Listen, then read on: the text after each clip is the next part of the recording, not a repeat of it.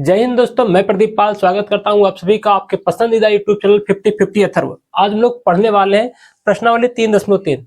इसके पहले हम लोग प्रश्नावली 3.2 खत्म किए हैं। उस प्रश्नावली में हम लोग प्रतिस्थापन विधि कैसे करना है, समीकरण को कैसे बनाना है, उसको प्रतिस्थापन विधि से कैसे हल करना है, वो सब सीखे थे। अगर उन वीडियो को आप नहीं देखे तो इस वीडियो के डिस्क्रिप्शन में उसका लिंक मिल जाएगा, आप वहां के वीडियो देख सकते हैं। हम लोग प्रश्न नंबर 1 की बात करते हैं। प्रश्न नंबर 1 में स्पेशल क्या सीखने वाले हैं। इस प्रश्नावली में सबसे स्पेशल बात तो यही है, विलोपन विधि, एलिमिनेशन मेथड। जो हमारा एलिमिनेशन मेथड है, विलोपन विधि, ये सबसे खास बात है। और आपको शुरुआत में ही बताया था, जो प्रश्नावली 3.2 है और प्रश्नावली 3.3, इससे हमारे बोर्ड एग्जाम में बड़े नंबर के क्वेश्चन आते हैं। जो क्वेश्चन आता है 4 नंबर का, 6 नंबर का, ज्यादा बड़े नंबर के क्वेश्चन आते हैं। तो हमें बहुत अच्छे से सीखना है। तो सबसे पहले हम आज विधि सीखने वाले हैं। कौन सी विधि? विलोपन विधि क्या होती है, इस पे बात करते हैं। कल वाले वीडियो में हम लोग देखेंगे कैसे हमें रैखिक समीकरण बनाना है। तो आज पहले हम देख लेते हैं कि विलोपन विधि होती क्या है। तो पहला प्रश्न जो लिया हूं मैं, x + y = 5 और उसका दूसरा समीकरण जो है 2x - 3y = 4। ये दो रैखिक समीकरण में दिए गए हैं। तो विलोपन विधि की एक खास बात होती है, विलोपन विधि यानी विलोपन कर देना, विलुप्त कर देना, गायब कर देना। तो गायब किसको करेंगे? चर को। इस विधि का सीधा सा मतलब ये होता है, किसी एक चर को गायब कर दो। गायब होने का मतलब क्या? जीरो हो जाना। तो किसी एक चर को जीरो करना होता है। हम क्या बोल रहे हैं? विलोपन विधि का सीधा सा मतलब होता है किसी एक चर को विलोपित कर देना, जीरो कर देना। तो होगा कैसे वो? सबसे पहला कंडीशन होता है, जिस चर को जीरो करना हो, एक्स और वाई दो ही चर आ रहे हमारे पास है, तो दो ही चर ना। जिस चर को जीरो करना है उसका गुणांक पहले समान होना चाहिए। पहला कंडीशन ही यही होता है। विलोपन विधि की सबसे अच्छी कंडीशन यही है कि जिस चर को हमें जीरो करना उसका गुणांक समान रहना चाहिए। जैसे समीकरण 1 की बात करूं तो है क्या? x + y = 5। समीकरण 2 की बात करूं तो ये क्या है? 2x - 3y = 4। ये समीकरण 2 है। दोनों समीकरण दिया गया। अगर मैं y को जीरो करना चाहूं तो यहाँ पे y का गुणांक देख क्या पा रहे? 1 है। यहाँ पे y का गुणांक 3 है। तो सबसे पहले गुणांक सेम करो। ठीक, सबसे पहले गुणांक सेम करना है। तो होगा क्या? यहाँ पे गुणांक 1 चल रहा है, यहाँ पे 3 चल रहा है। तो अगर मैं यहाँ 3 ले आऊं तो दोनों का गुणांक सेम हो जाएगा। बात तो यही हुई ना। गुणांक अगर सेम करना तो फिर क्या करेंगे? यहाँ पे 3 ले आए तो गुणांक सेम हो जाएगा। करने वाले वही है, तो गुणांक सेम करने के लिए 3 लाना है। कैसे आएगा? पूरे समीकरण में 3 से गुणा कर देंगे। तो लिखेंगे क्या? समीकरण 1 में 3 से गुणा करने पर, समीकरण 1 जो हमारा है उसमें हम 3 से गुणा कर दे रहे हैं क्या? यहाँ पे देखो, अगर 3 से गुणा करेंगे पूरे समीकरण में, इसको ऐसे भी लिख सकते हैं, थोड़ा सा आपको समझ में आएगा। पहले 3 का गुणा x से होगा तो 3x हो जाएगा, और 3 का गुणा जब y से करेंगे तो 3y हो जाएगा, और 3 का जब 5 से करेंगे तो 15। जो समीकरण 1 था हमारा, ये समीकरण 3 में बदल गया। क्यों? क्योंकि पहला समीकरण बदल चुका है। तो पहला समीकरण बदल गया, और दूसरा समीकरण जो 2 है उसको यहां लिख लेते हैं, 2x - 3y = 4। ये समीकरण 2 है। गुणांक सेम कर लिए। पहला कंडीशन जो था गुणांक सेम करना था, तो गुणांक सेम कर लिए। अब देख क्या पा रहे हैं, अगर 3y को और -3y को जोड़ दे तो एक प्लस में दूसरा माइनस में क्या हो जाएगा? 0। अभी यही होता था। विलोपन विधि को क्या बताया था? विलोपित कर देना, एक चर को जीरो कर देना। तो क्या, जब इसको जोड़ेंगे तो क्या हो जाएगा? y 0 हो जाएगा। तो लिखेंगे क्या हो गया? समीकरण 3 प्लस समीकरण 2 कर रहे हैं। होगा क्या? y से y कैंसल, एक प्लस में एक माइनस में 0 हो जाएगा। यहां क्या देख पा रहे हैं? 3 + 2 5x हो जाएगा, 15 और 4 19। तो x = आ जाएगा 19/5। यहां से x का मान निकल गया। अब क्या है? y का मान निकालना है। तो x का मान किसी एक समीकरण में रख दो। x है क्या? 19। तो लिखेंगे x का मान समीकरण 1 में रखने पर, समीकरण में x का मान रखते हैं तो समीकरण 1 है क्या? x + y = 5। और x कितना आया हमारा? देखो 19/5 तो हो जाएगा 19/5 प्लस y = 5। अगर इसको सॉल्व करें तो y इक्वल टू क्या आएगा, 19/5 राइट साइड जाएगा तो इसका चिन्ह बदल जाएगा, प्लस था माइनस हो गया। हर बराबर करने के लिए बटे 1 कर लेते हैं, और 5 का गुणा जब 5 होगा 25 हो जाएगा, 1 का गुणा 19 होगा तो -19 आएगा अपॉन में 5। y की वैल्यू क्या हो गया, 25 - 19 तो 6/5। ये आ गया y का मान, ये आया था हमारा x का मान। तो ये हमारा पहला क्वेश्चन था। ऐसे हम लोग सेकंड क्वेश्चन को करने वाले। हमारा दूसरा क्वेश्चन क्या है, 3x + 4y = 10 और 2x - 2y = 2। ये दो रैखिक समीकरण दिए गए हैं। तो विलोपन विधि लगाने का पहला शर्त क्या था, जिस चर को 0 करना उसका गुणांक समान रहना चाहिए। अगर मैं y को देखूं यहाँ पे तो 4y है, यहाँ पे 2y है। अगर 4y और 2y की बात करें तो हो क्या पाएगा, यहाँ पे 4y आ रहा है, यहाँ 2 से गुणा करवा दे, यहाँ 2 से गुणा करवाएंगे तो क्या हो जाएगा, 2 दूनी 4y, 4y यहाँ भी 4y यहाँ भी। पहला कंडीशन था y को अगर 0 करना चाहे तो। लेकिन अगर हम x को 0 करना चाहे तब क्या होगा, यहाँ 3x है, यहाँ पे 2x है। तो ऐसे कंडीशन में हम लोग नंबर को एक्सचेंज करके गुणा करवाते हैं। नंबर को एक्सचेंज करने का मतलब क्या है, यहाँ 2x है, 3 से गुणा करवाएंगे तो हो जाएगा 6x, और यहाँ 2 से गुणा करवाएंगे तो 3 दूनी 6, 6x हो जाएगा। क्यों, इसका नंबर यहाँ पे चेंज करवा दिया, इसका नंबर यहाँ चेंज करवा दिया। एक तरीका ये था, बट मैं y को चेंज कर रहा हूँ क्योंकि यहाँ ज्यादा आसान y को करना है, तो इसी वजह से हम लोग y कर रहे हैं। क्योंकि y को करेंगे केवल एक समीकरण में गुणा होगा, ध्यान नहीं रखना ना, एक में गुणा होगा तो हमें ज्यादा दिक्कत नहीं आएगी। शुरू करता हूँ। तो हो क्या जाएगा, समीकरण जो हमारा 2 है इसमें हम क्या करवा दे रहे हैं, 2 से गुणा करवा दे रहे हैं, तो हो जाएगा समीकरण 2 में 2 से गुणा करने पर, 2 से गुणा करेंगे तो ये क्या हो जाएगा, 2 दूनी 4x और 2 दूनी 4y, यहाँ भी 4 हो जाएगा। समीकरण 2 समीकरण 3 में चेंज हो गया। और समीकरण 1 क्या है, 3x + 4y = 10। ये हमारा समीकरण 1 था। अब क्या करेंगे, चर का तो गुणांक समान हो गया। अगर चर का गुणांक समान है तो देखेंगे जोड़ने पे 0 होगा कि घटाने पर। तो यहाँ -4y यहाँ +4y, दोनों को जोड़ो, माइनस प्लस 0 खत्म। तो क्या हो जाएगा, ये कैंसल। तो आएगा क्या, लिखेंगे कब, समीकरण 1 और 3 को जोड़ा गया है।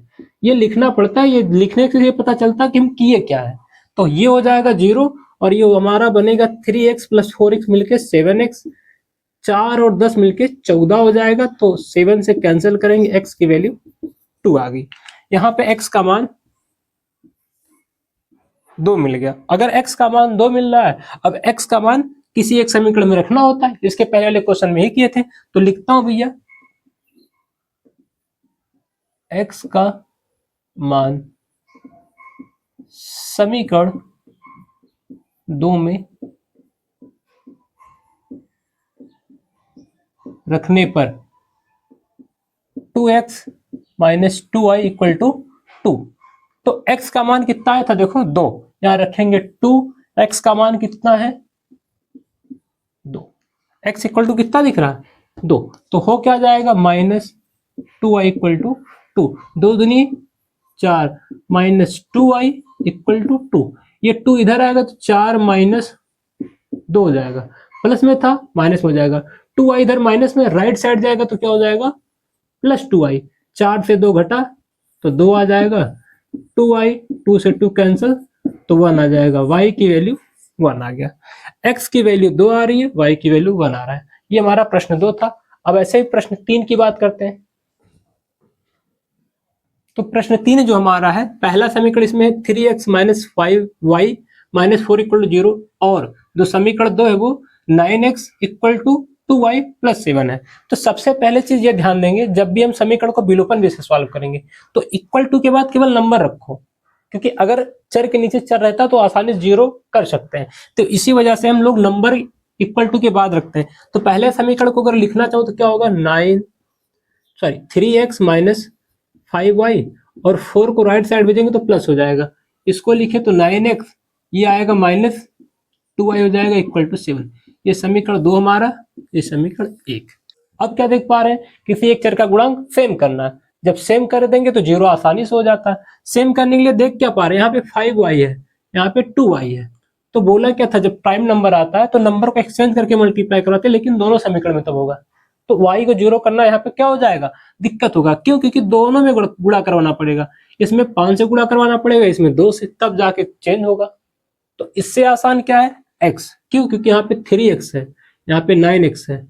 9x लाने के लिए यहाँ अगर 3 से मल्टीप्लाई करें तो सोचो क्या हो जाएगा, 3 त्रिका 9। यहाँ x 0 करना आसान है, तो इसी वजह से x 0 कर रहे हैं। होगा क्या, समीकरण 1 में 3 से गुणा करवा देते हैं। जो हमारा समीकरण 1 है, अगर इसमें हम 3 से गुणा करवा दें तो हो क्या जाएगा, 3 से गुणा करवाएंगे तो 9x, और 3 से कराएंगे तो 15y, और इसमें 3 से कराएंगे तो 12। समीकरण 1 समीकरण 3 बदल जाएगा। और समीकरण 2 को उसके नीचे लिख लेते हैं। है क्या समीकरण 2, 9x minus 2y equal to 7। ये समीकरण 2 था। अब क्या देख पा रहे हैं, x का गुणांक दोनों में समान हो गया। अब x का गुणांक समान हो गया तो 0 करना है। 0 कैसे होगा, एक का साइन प्लस रहना चाहिए, दूसरे का साइन माइनस रहना चाहिए। देख क्या पा रहे, दोनों प्लस ही है। अगर दोनों प्लस है तो साइन बदलना पड़ेगा, और साइन बदलने के लिए करते क्या, घटाते हैं। समीकरण 2 को घटा दो, क्योंकि घटाने पर क्या होता है, चिन्ह बदल जाता है। तो घटाएंगे भैया, क्या हो जाएगा, ये माइनस, ये प्लस माइनस। क्या बोला, घटाने पर चिन्ह बदल जाता है। तो समीकरण 3 से समीकरण 2 को जब घटा रहे हैं तो चिन्ह बदल जाएगा। प्लस था, ये माइनस हो गया, तो क्या हो जाएगा 0। और क्या देख पा रहे हैं, माइनस 15y है प्लस 2y है, तो माइनस 15y प्लस 2y आएगा क्या, माइनस 13y आएगा। और क्या देख पा रहे हैं, प्लस का 12 है, माइनस का 7 है, तो 12 से 7 घटेगा तो क्या आएगा 5। y इक्वल टू क्या आएगा, 5 अपान माइनस 13। तो y की जो वैल्यू हो जाएगी माइनस 5 अपान 13। ये y का मान आ गया। अब y का मान किसी एक समीकरण में रखना है तो रखते हैं, पहले समीकरण में रख देते हैं। लिखेंगे क्या, y का मान समीकरण 1 में रखने पर, समीकरण 1 हमारा है क्या, देख क्या पा रहे हैं, 3x minus 5y minus 4 equal to 0। ये समीकरण 1 था। इसी में रखें तो 3y क्या है, minus 5/13 minus 5/13 minus 4 equal to 0। 3x minus minus का मल्टीप्लाई तो हो जाएगा प्लस का 25 अपान में 13 माइनस 4 इक्वल टू 0। 3x 25 हर बराबर करेंगे तो हो जाएगा 25 सके 25 और 13 चौका 52। ठीक, हर बराबर करने के लिए क्रॉस मल्टीप्लाई करवाने तो 25 का 1 से 25 हो जाएगा, 13 चौका 52 हो जाएगा, आएगा 3x। 25 और 52 को घटाएंगे तो कितना बचेगा, माइनस 5 से जाएगा तो 7 हो जाएगा, माइनस का 27 बचेगा, 27/13 इक्वल टू 0। 3x माइनस 27 जाएगा तो प्लस 27 हो जाएगा, प्लस 27/13, 3 से कट कर दो तो x इक्वल टू आ जाएगा 9/13। ये आया x का मान। x का मान हमारा आया 9/13 और y का मान आया हमारा माइनस 5/13। ये हमारा समीकरण, ये हमारा क्वेश्चन नंबर 3 था। अब ऐसे हम क्वेश्चन नंबर 4 की बात करते हैं। इसके फोर्थ पार्ट में क्या देख पा रहे हैं, है क्या पहला समीकरण x/2 plus 2y/3 equal to -1। सबसे पहला काम क्या करना है, हम लोग प्रश्नावली 3.2 में भी देखे थे, जब हमारे पास चर में फ्रैक्शन में नंबर आए, यहाँ पे x/2 आ रहा ना, x/2, x/2 का मतलब ये, पहले इसको इजी कर ले, इजी यानी पहले सरल समीकरण बना ले तो ज्यादा आसान यही होता है, नहीं तो फिर उलझा उलझा उसी में सब रह जाएगा। तो करेंगे क्या, पहले क्रॉस मल्टीप्लाई करवा के हर बराबर कर लेंगे। 3 का गुणा अगर x से होगा, अगर क्रॉस मल्टीप्लाई करवाएंगे तो कितना हो जाएगा 3x, और 2 का y से होगा तो हो जाएगा 2 2 जा 4, 4 दूनी 2 दूनी 4 हो जाएगा, और 3 दूनी 6 हो जाएगा, -1। फिर क्या देख पा रहे हैं, ये हमारा बटे में है, साइड चेंज हो जाएगा तो क्या हो जाएगा, गुणे में हो जाएगा तो -6। ये समीकरण 1 जो था 3 में बदल जाएगा, पहले समीकरण 1 में था अब 3 बदल जाएगा। ऐसे अगर इसको देख पाए तो क्या हो जाएगा, इन दोनों का गुणा कराएंगे हर बराबर करने के लिए बाई 1, क्रॉस मल्टीप्लाई कर देंगे 3x हो जाएगा, और 1 से कराएंगे -y अपॉन में 3 equal to 3, 3x -y equal to 3 के बाद धीरे चला जाएगा 3 त्रिक 9, तो समीकरण 4 में बदल जाएगा। ये हम देख क्या पा रहे हैं, जो ये समीकरण है कैसे हो गया, एकदम साधारण समीकरण बन गया ना, यही करना था, आसान हो जाएगा। करेंगे क्या, अब किसी एक चर का गुणांक समान करना होता है, उस पे आते हैं, बात यही होती है। जब विलोपन लगाना होगा समीकरण के लिए, चर समान करना होगा, चर का गुणांक समान करना होगा, तो ऑलरेडी बराबर हो गया। देखो 3x समीकरण 3 और 4 में 3x पहले से आ रहा है, तो दिक्कत तो है नहीं। लिखेंगे क्या, समीकरण 4 को समीकरण 3 के नीचे लिख लेते हैं।